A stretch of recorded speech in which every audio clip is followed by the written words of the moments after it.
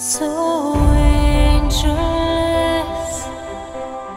so precious,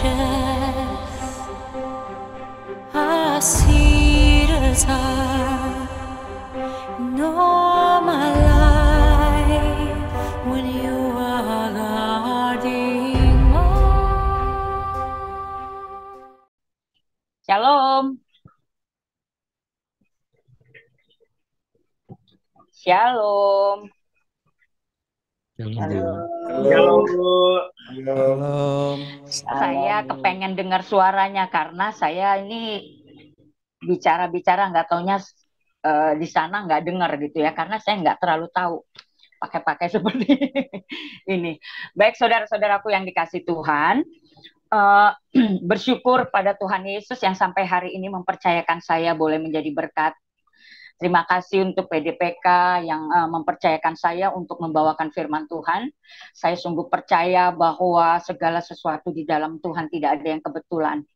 Ucap syukur pada malam hari ini, saya dipercayakan untuk membagi firman Tuhan, khususnya diberi tema yaitu love to pray, suka berdoa. Saudara, saya percaya banget ya, anak-anak PDPK, ya, pelayan Tuhan yang di PDPK, mereka semua suka berdoa. Mereka suka berdoa itu kelihatan, saudara, dari wajahnya, ya. Wajahnya penuh dengan kemuliaan orang-orang yang suka berdoa. Amin. Saudaraku yang dikasih Tuhan, baiklah kita akan baca firman Tuhan bersama yang diambil di dalam 1 Tesalonika 5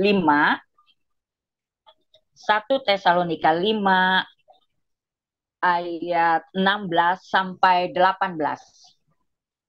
1 Tesalonika 5 ayat 16 sampai 18, demikianlah firman Tuhan. Bersukacitalah senantiasa, tetaplah berdoa, mengucap syukurlah dalam segala hal, sebab itulah yang dikehendaki Allah di dalam Kristus Yesus bagi kamu. Sekali lagi, saudara, bersukacitalah senantiasa, tetaplah berdoa, mengucap syukurlah dalam segala hal, sebab itulah yang dikehendaki Allah di dalam Kristus Yesus bagi kamu. Berbahagialah mereka yang membaca firman Tuhan serta melakukannya dalam kehidupannya sehari-hari. Saudaraku, 3 kata di dalam ayat yang kita baca tadi, yaitu yang pertama di situ dikatakan ada kata bersukacitalah, dan ayat berikutnya dikatakan mengucap syukurlah, dan setelah itu dikatakan bersukacitalah, lalu berdoa dan mengucap syukur. Saudara, kata bersukacitalah, berdoa, dan mengucap syukur ini adalah 3 kata yang tidak bisa dipisahkan. Ya, bersukacita, berdoa, bersyukur adalah 3 kata yang tidak bisa dipisahkan. Kata ini, saudara, begitu sederhana, kata ini begitu gampang, tetapi sangat sulit untuk dilakukan. Ya, saudara, bersukacitalah. Pertama saya katakan di sini bersukacitalah, saudara. Bersukacitalah di sini kalau kita kembali dalam bahasa Yunani itu disebut dengan kara, ya. Bersukacita disebut dengan kara. Jadi kara di sini bukan seperti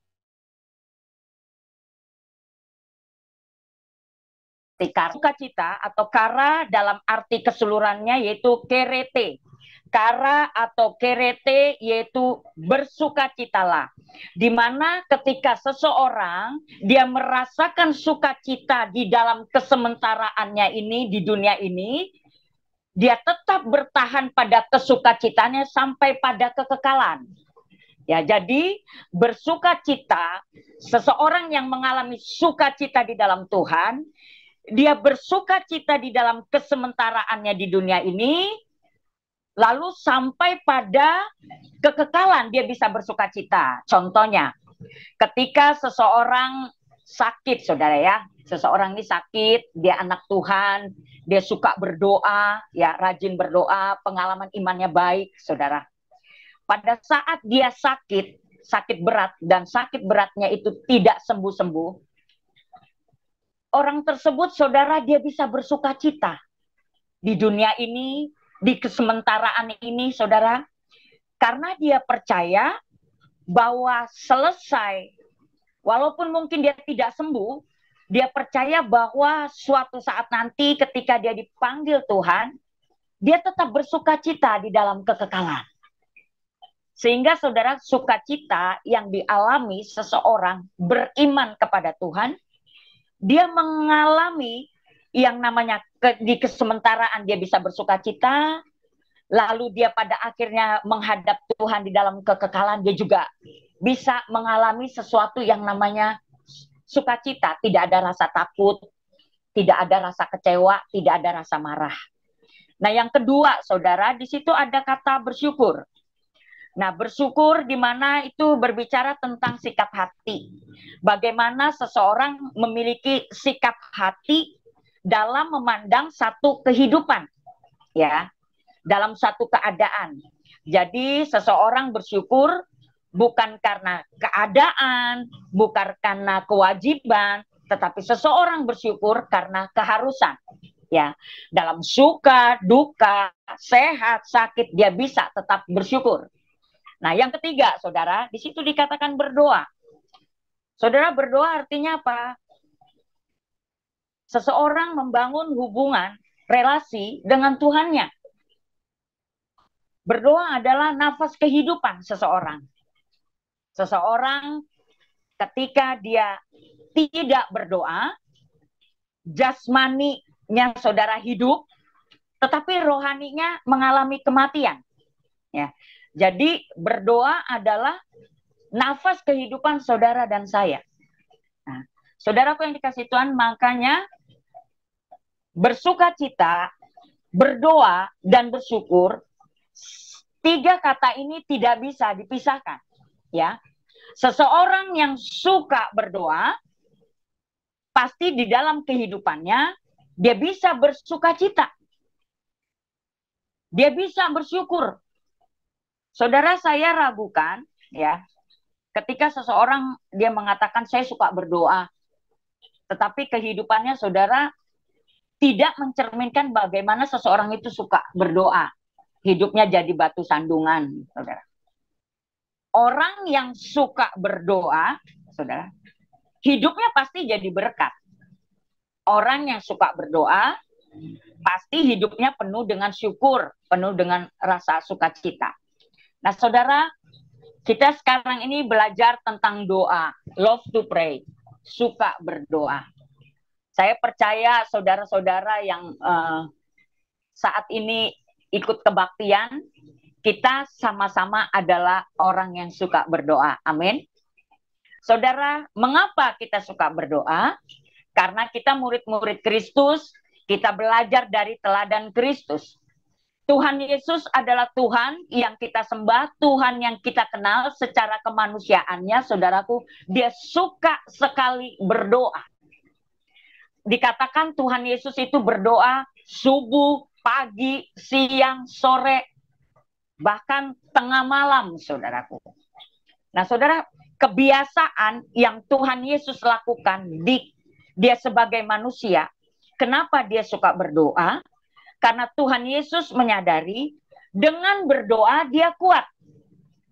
Dengan berdoa dia bisa menghadapi setiap pencobaan yang ia hadapi. Apakah dengan berdoa Tuhan Yesus tidak menghadapi masalah? Ada. Apakah dengan Tuhan Yesus berdoa dia tidak bisa dia menghadapi penderitaan? Ya. Tuhan Yesus dia berdoa supaya dia kuat menghadapi pencobaan-pencobaan yang ada. Walaupun dia sibuk dengan pelayanan, saudaraku, dia tidak pernah meninggalkan doa.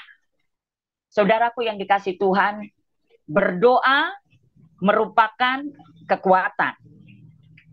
Kalau kita tidak berdoa, kita yang terbatas ini, saudara, mudah sekali kita jatuh di dalam pencobaan. Tuhan Yesus ketika dia keluar untuk melayani Tuhan, dia begitu kuat. Melayani umat Tuhan dia begitu kuat. Kenapa? karena dia sudah membekali dirinya dengan berdoa. Nah, saudaraku yang dikasih Tuhan, apa yang dilakukan Tuhan Yesus di dalam kehidupannya, saudara? Dia berdoa, yang pertama, dia memprioritaskan hubungannya dengan Allah Bapa. Saudaraku, orang yang suka berdoa adalah orang yang memprioritaskan hubungannya dengan Tuhan. Mengutamakan Tuhan di atas segala sesuatu. Tuhan nomor satu. Hal itu dilakukan oleh Tuhan Yesus sendiri sebagai teladan. Sebelum dia melayani umat Tuhan, Tuhan Yesus mencari Bapanya. Dia mengutamakan Tuhan, dia berdoa. Saudara, kalau kita mau jujur, kira-kira apa yang kita lakukan kalau kita bangun tidur, saudara? Kadangkala kita bangun tidur, saudara, kita sibuk dengan apa, saudara? Tanpa kita sadari. Yang kita pegang bukan Alkitab. Yang kita pegang HP, saudara. Bangun tidur, kita bukan berdoa, saudara. Kita pegang HP, kita baca-baca tuh. Berita-berita apa yang ada di sosial media. Saudaraku, pada malam hari ini kita mau belajar. Tuhan Yesus ketika dia melakukan sesuatu, dia tahu dia lemah sebagai manusia.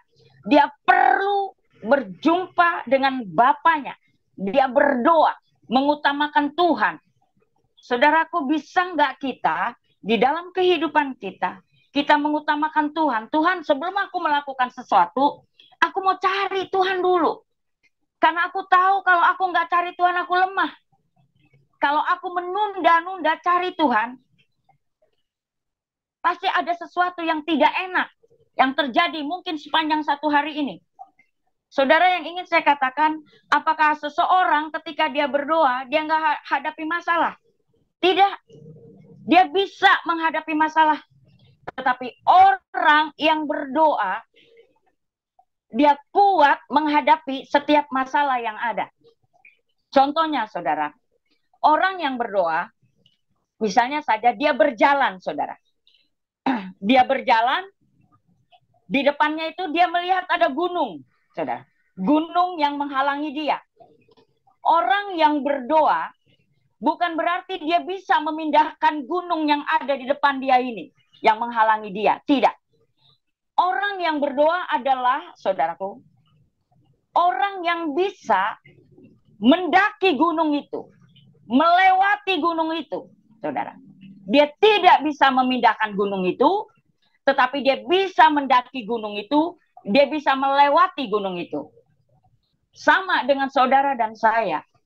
Ketika saudara dan saya menghadapi masalah, persoalan, saudara, padahal kita orang yang suka berdoa, tapi kita ada punya masalah yang besar. Bukan berarti bahwa kita nggak bisa menyelesaikan masalah itu. Orang yang suka berdoa, dia kuat dan bisa melewati masalah itu, dia bisa menghadapi masalah itu karena berdoa. Karena doa adalah kekuatan, saudara. Kekuatan yang kita dapatkan dari Tuhan. Jadi, saudara, ketika seseorang mengutamakan Tuhan, mencari Tuhan, berdoa, awal dari segala sesuatu yang baik. Saudara, coba. Kalau kita bangun tidur misalnya, saudara, kita tunggu sebentar aja deh, nanti aja berdoa. Akhirnya kita lupa, saudara, kita nggak berdoa. Apa yang kita alami sepanjang satu hari itu pasti tidak enak. Kenapa kita rasa tidak enak? Karena roh yang ada di dalam kita, saudaraku, mengingatkan kita bahwa ada sesuatu yang kita tidak lakukan, yaitu doa. Karena doa yang kita lakukan bukan kewajiban. Doa yang kita lakukan bukan rutinitas. Tapi doa yang kita lakukan adalah kebutuhan. Sebagaimana kita membutuhkan makan dan minum untuk jasmani kita, kita juga butuh doa untuk kebutuhan rohani kita. Oleh karena itu, ketika kita berdoa, maka kita mendapatkan kekuatan baru yang datangnya daripada Tuhan. Kebutuhan yang penting dalam kehidupan kita. Tuhan Yesus, dia mengutamakan doa dalam kehidupannya. Saudara, apakah kita di dalam keseharian kita, sudahkah kita mengutamakan Tuhan, yaitu mencari Dia, berdoa, mencari wajahnya? Kalau belum, saudara, yuk kita mulai kembali untuk mengutamakan Dia.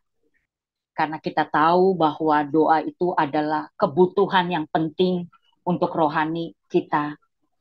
Kalau kita tidak berdoa, maka kerohanian kita akan kering. Kalau kita tidak berdoa, maka lambat laun kita mengalami kematian rohani. Kalau kita tidak berdoa, maka saya percaya, saudara, kehidupan kita lambat laun, saudara, kita jadi anak Tuhan benar, tapi kita tidak menjadi berkat. Yang kedua, saudaraku, orang yang suka berdoa, dia memiliki hubungan yang intim dengan Tuhan. Orang yang suka berdoa, dia benar-benar mengenal siapa Tuhannya, yaitu Tuhan Yesus Kristus. Orang yang suka berdoa, dia tidak hanya membangun hubungan yang intim dengan Tuhan, dia tidak hanya mengenal dengan Tuhan, mengenal Tuhan, tapi dia mengalami Tuhan dalam kehidupannya. Saudara, hubungan yang intim di sini di mana orang yang suka berdoa, dia melakukan kehendak Bapaknya. Dia melakukan kehendak Bapaknya, bukan melakukan kehendaknya. Jadi orang yang suka berdoa, dia bangun hubungan yang intim dengan Tuhan, dia mengenal Tuhan, dia melakukan apa yang menjadi kehendak Tuhan, dan dia tidak melakukan apa yang menjadi kehendak dirinya. Orang yang mengenal Tuhan secara dekat, intim dengan Tuhan dengan dekat, saudara, kehidupannya pasti membawa dampak. Karena orang yang suka berdoa, dia tidak hanya membawa dampak kepada dirinya sendiri, tetapi dia juga membawa dampak kepada orang lain. Orang yang suka berdoa, ketika dia bangun hubungan yang intim dengan Tuhan, dia sudah beres dulu dengan dirinya sendiri, baru dia bisa beres dengan orang lain. Saudara, orang yang mengenal dekat dengan Tuhan, dia tidak hanya tahu Tuhan itu, tetapi dia mengalami kedekatan karena dia kenal dengan Tuhan. Saudara, kalau ada anak-anak Tuhan berkata, oh, saya suka berdoa, saya mengenal Tuhan, saya intim, dekat dengan Tuhan. Tetapi saudara, kehidupannya hari lepas hari, saudara, dia tidak menjadi berkat bagi sesamanya. Dalam kehidupannya justru dia menjadi batu sandungan, saudara. Saya khawatirkan bahwa orang tersebut, dia betul berdoa, tapi dia tidak memiliki hubungan yang intim, yang dekat, benar-benar mengenal Tuhan itu sebagaimana adanya. Saudara, orang yang mengenal Tuhan dengan dekat, ketika seseorang berdoa, dan doanya mungkin tidak dijawab oleh Tuhan, orang tersebut tidak marah kepada Tuhan. Karena dia tahu persis bahwa apa yang dia doakan, kehendak Tuhan yang jadi atas hidupnya, bukan kehendak dia. Sehingga ketika doa dia tidak dijawab, dia tidak pernah marah kepada Tuhan, karena dia sudah beres dengan dirinya sendiri. Saudara, kalau orang yang sudah beres dengan dirinya sendiri, saya percaya orang itu juga bisa beres dengan orang lain. Karena yang paling penting bagaimana seseorang bisa beres dulu dengan dirinya, baru dia bisa beres dengan orang lain. Saudara, orang yang dekat mengenal Tuhan itu berbicara tentang hati, ya. Hatinya benar-benar dibereskan oleh Tuhan. Kita tidak mungkin bisa menaikkan doa kita di hadapan Tuhan kalau hati kita belum beres di hadapan Tuhan. Saudara, oleh karena itu, dalam unsur doa selalu dikatakan ada pengakuan dosa. Kenapa? Karena saudara, sebelum kita menghadap hadirat Tuhan, ya, hati kita ini Kita minta ampun dulu sama Tuhan, kita rindu disucikan, kita rindu dikuduskan, kita rindu untuk diampuni. Sehingga dengan hati yang beres, kita beres dengan diri sendiri, kita beres dengan Tuhan, kita beres dengan sesama. Oleh karena itu, orang yang suka berdoa, dia kenal benar siapa Tuhannya, dia dekat dengan Tuhannya, dia mengerti kehendak Tuhannya. Nah, saudara, contohnya saja, saudara Daniel, saudara ya. Daniel ketika dia menghadapi, dia akan dibuang ke gua singa itu, saudara. Yang dilakukan Daniel adalah apa, saudara? Dikatakan di dalam firman Tuhan, Daniel tiap hari dia berdoa, dan dia berdoa 3 kali. Tidak hanya itu, pada saat dia berada di perapian gitu, saudara, di dalam goa dan ada singa gitu ya, dia tetap dikatakan, dia tetap berdoa. Artinya Daniel menyadari bahwa pada saat dia berdoa, bukan kehendak dia yang jadi, tetapi pada saat dia berdoa, biarlah kehendak Tuhan yang jadi. Sehingga pada saat dia berdoa, dia bisa beres dengan dirinya, dia bisa beres dengan keadaan lingkungannya, saudaraku, walaupun lingkungannya saat itu istilahnya dia akan dibuang, dibakar. Dia tidak takut. Kenapa? Karena dia tahu persis pada saat dia berdoa, dia mendapatkan kekuatan yang supranatural. Oleh karena itu, saudaraku, makanya dikatakan pada saat orang berdoa, sesuatu yang tidak mungkin akan menjadi mungkin. Pada saat seseorang berdoa, sesuatu yang tidak ada bisa menjadi ada. Pada saat seseorang berdoa, mungkin hatinya lesu, lemah, saudaraku. Tapi pada saat dia berdoa, dia mendapatkan kekuatan yang baru yang datangnya daripada Tuhan. Kuncinya yaitu bagaimana seseorang mau berdoa, dia bangun hubungan yang intim, dekat dengan Tuhan, dia mengenal siapa Tuhannya, yaitu Tuhan yang hidup. Saudara, yang ketiga, seseorang yang suka berdoa, dia memiliki kuasa yang daripada Tuhan. Saudara, Tuhan Yesus, dia berdoa, dia memiliki kuasa yang daripada Tuhan. Apakah ketika Tuhan Yesus dia berdoa, pada saat dia akan disalib, dia melewati jalan Via Dolorosa, apakah dengan berdoa Tuhan Yesus akhirnya tidak disalib? Tidak. Tuhan Yesus tetap disalib. Pada saat Tuhan Yesus berdoa, dia melewati Via Dolorosa itu, saudaraku. Dengan dia berdoa, dia kuat melewati Via Dolorosa sampai pada dia disalib. Artinya, saudara, pada saat seseorang berdoa, saudaraku, dia mungkin tidak lepas dari masalah, mungkin dia tidak lepas dari sakit penyakit yang dia alami, tetapi dengan berdoa, dia bisa melewati itu dengan kekuatan yang daripada Tuhan. Karena Tuhan Yesus sendiri, dia bisa melewati Via Dolorosa sampai pada kayu salib dengan kuasa doa. Saudaraku, dengan kuasa doa, Tuhan akan memberikan kepada saudara dan saya, yaitu kuasa yang datangnya daripada Tuhan. Markus pasal terakhir mengatakan bahwa tanda-tanda ini menyertai orang-orang percaya. Ketika saudara berdoa, saudara menumpangkan tangan atas orang sakit itu akan sembuh.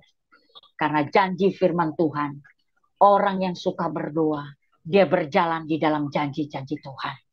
Saudara, orang yang berdoa, dia memiliki kuasa. Tidak hanya itu. Mungkin saudara, ada orang-orang yang berniat jahat di dalam dirinya. Karena dia suka berdoa.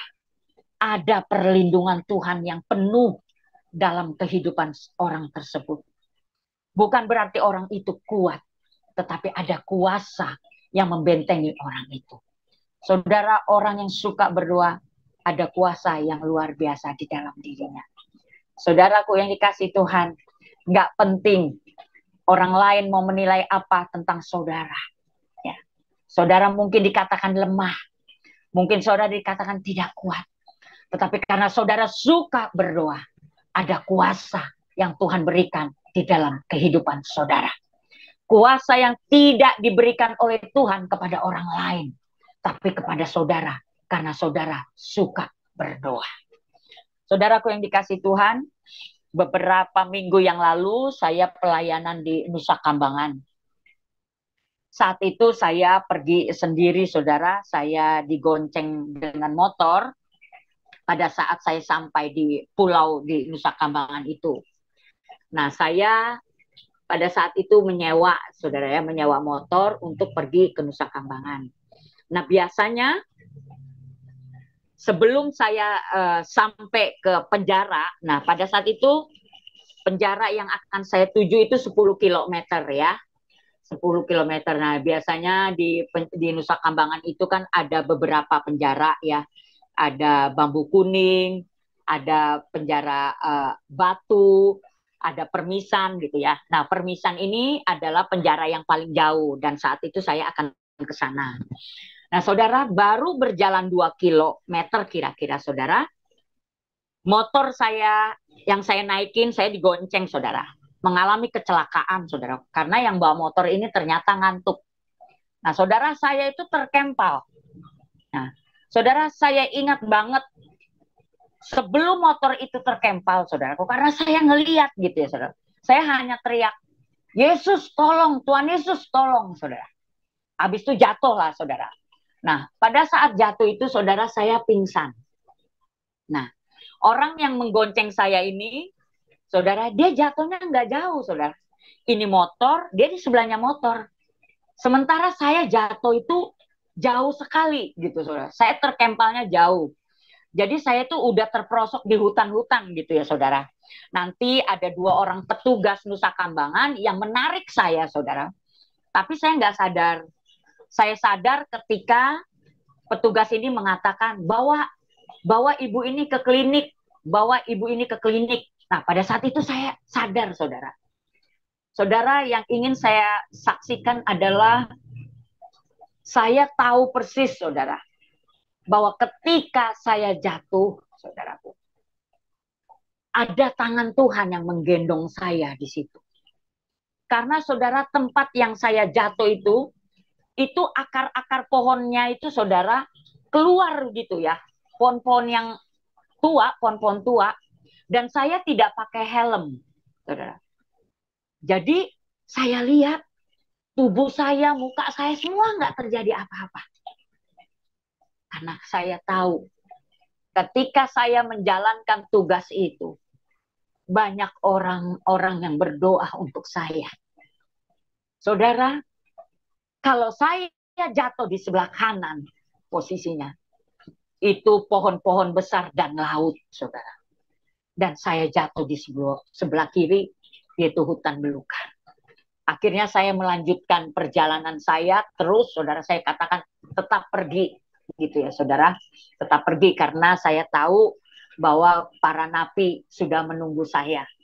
Nah, saudara, yang ingin saya mau ceritakan adalah bahwa ketika saya jatuh, saya percaya bahwa ada kuasa Tuhan yang menyertai saya. Ketika saya jatuh, ada orang-orang yang berdoa untuk saya. Dan saya akhirnya, saudara, melayani tugas saya dan selesai, dan saya balik ke Cilacap. Tetapi keesokan harinya saya tidak melayani lagi hari kedua di sana karena badan saya sakit semua, kepala nggak bisa digerakin, tangan juga nggak bisa digerakin. Jadi saya balik ke Jakarta. Nah, saudaraku yang dikasih Tuhan, orang yang suka berdoa bukan berarti dia nggak bisa menghadapi masalah, kecelakaan, sakit penyakit. Tetapi orang yang suka berdoa, dia tetap kuat menghadapi apa yang ada di depannya. Karena dia diberikan kuasa yang datangnya daripada Tuhan. Yang keempat, saudara, orang yang suka berdoa, dia mengalami yang namanya kehadiran Tuhan. Saudara, kalau saudara suka berdoa, saudara akan mengalami kehadiran Tuhan. Di mana saja, saudara akan merasakan kehadiran Tuhan itu sungguh-sungguh nyata. Karena apa? Karena Tuhan yang kita sembah adalah Tuhan yang hidup. Orang yang suka berdoa, dia merasakan sungguh-sungguh kehadiran Tuhan itu ada di dalam dirinya. Dalam keadaan apapun. Oleh karena itu, saudara, dikatakan di dalam ayat yang kita baca tadi, orang yang suka berdoa, dia bisa bersuka cita dalam keadaan yang tidak enak sekalipun. Karena di situ dikatakan bersukacitalah senantiasa. Orang yang suka berdoa, dia bisa bersyukur dalam keadaan yang enak ataupun tidak enak. Oleh karena itu, saudara, bersukacita, bersyukur, berdoa adalah 3 paket yang tidak bisa dipisah-pisahkan. Saudaraku yang dikasih Tuhan, saya percaya kalau saudara memiliki yang namanya mengutamakan Tuhan, kalau saudara memiliki yang namanya membangun hubungan yang baik dengan Tuhan, intim, mengenal Tuhan dengan baik, maka saudara akan diberikan kuasa yang datangnya daripada Tuhan. Maka saudara juga akan mengalami yang namanya penyertaan Tuhan dalam hidup saudara. Nah, saudara, yang menjadi pertanyaan adalah mengapa kadangkala seseorang susah untuk disuruh berdoa. Saudara, ada kan ngakunya anak Tuhan, tapi kalau disuruh berdoa, aduh, jangan saya. Saya nggak tahu kalau berdoa itu mulainya dari mana. Mulai berkata-katanya dari mana berdoa itu saya nggak tahu. Saudara, kalau ngobrol aja nomor 1. Banyak aja kata-katanya. Tapi giliran suka berdoa, ngakunya anak Tuhan, aduh, saya mau mulai doa nggak tahu mulainya dari mana. Atau ada juga yang berkata, kamu berdoa ya, aduh, saya bingung merangkai kata-kata bagaimana. Kata-kata saya tidak puitis. Padahal seseorang kalau berdoa kan dimulai dari apa? Dari hati, sikap hati. Karena Tuhan tidak melihat kata-katanya, saudara. Tapi banyak anak-anak Tuhan, kalau disuruh berdoa, aduh, kata-kataku nggak bagus, nggak bisa merangkai kata-kata dengan indah. Ada orang yang suka disuruh berdoa, dia katakan, aduh, jangan saya dulu, orang lain aja, gitu. Nanti tunggu waktunya deh, kalau saya sudah siap. Saudara, sebenarnya hal itu, saudara, membentengi kuasa Tuhan dalam kehidupan saudara dan saya. Karena sebelum kita berdoa, Tuhan itu sudah berdoa untuk kita. Oleh karena itu ketika kita disuruh berdoa, saudara, lakukan aja. Karena Tuhan melihat hati. Mau kata-kata kita belepotan, kata-kata kita nggak teratur, nggak apa-apa. Karena Tuhan melihat hati kita, saudara. Saudara, mulailah melatih diri kita untuk bisa berdoa. Mungkin dalam hal-hal kecil, dalam kelompok kecil, saudara, nggak apa-apa. Saudara. Dengan melatih diri berdoa, ada kuasa di dalam diri kita. Saudara, pelajaran yang dapat kita ambil pada malam hari ini, maukah kita menjadi anak-anak Tuhan yang suka berdoa? Kalau kita suka berdoa, maka hidup saudara dan saya pasti akan mengalami keajaiban-keajaiban yang luar biasa dari Tuhan. Saya percaya orang-orang yang suka berdoa, pasti dia berbeda dengan orang lain. Ada sukacita di dalam wajahnya, ada kemuliaan dalam wajahnya, karena orang yang suka berdoa. Ada sesuatu yang Tuhan titipkan di dalam dirinya, yaitu dia tidak hanya berdoa untuk dirinya, tetapi dia berdoa untuk orang lain yang membutuhkan doa. Kiranya Tuhan memberkati saudara dan saya. Amin.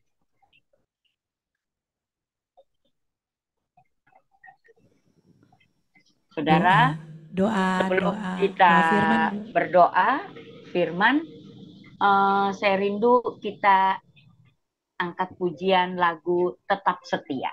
Oh iya.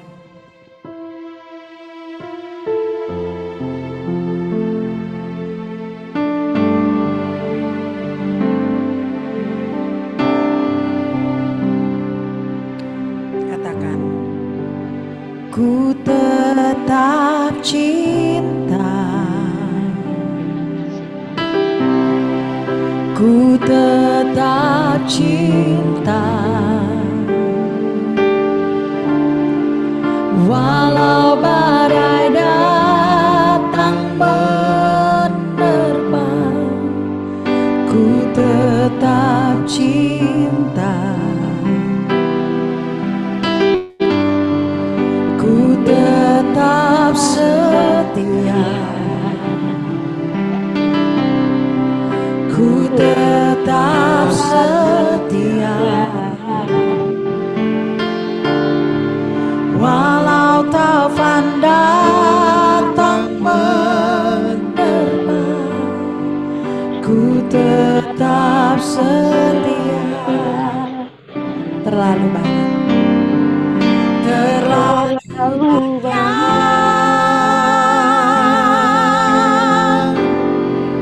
yang Tuhan telah beri, takkan mungkin ku balas dari apa yang dimiliki. Ku persembahkan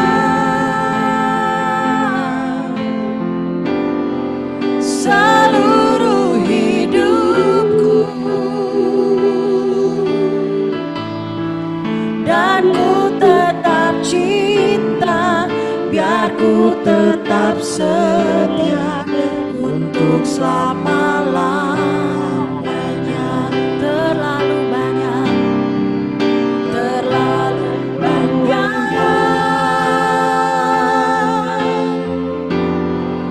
yang Tuhan telah beri,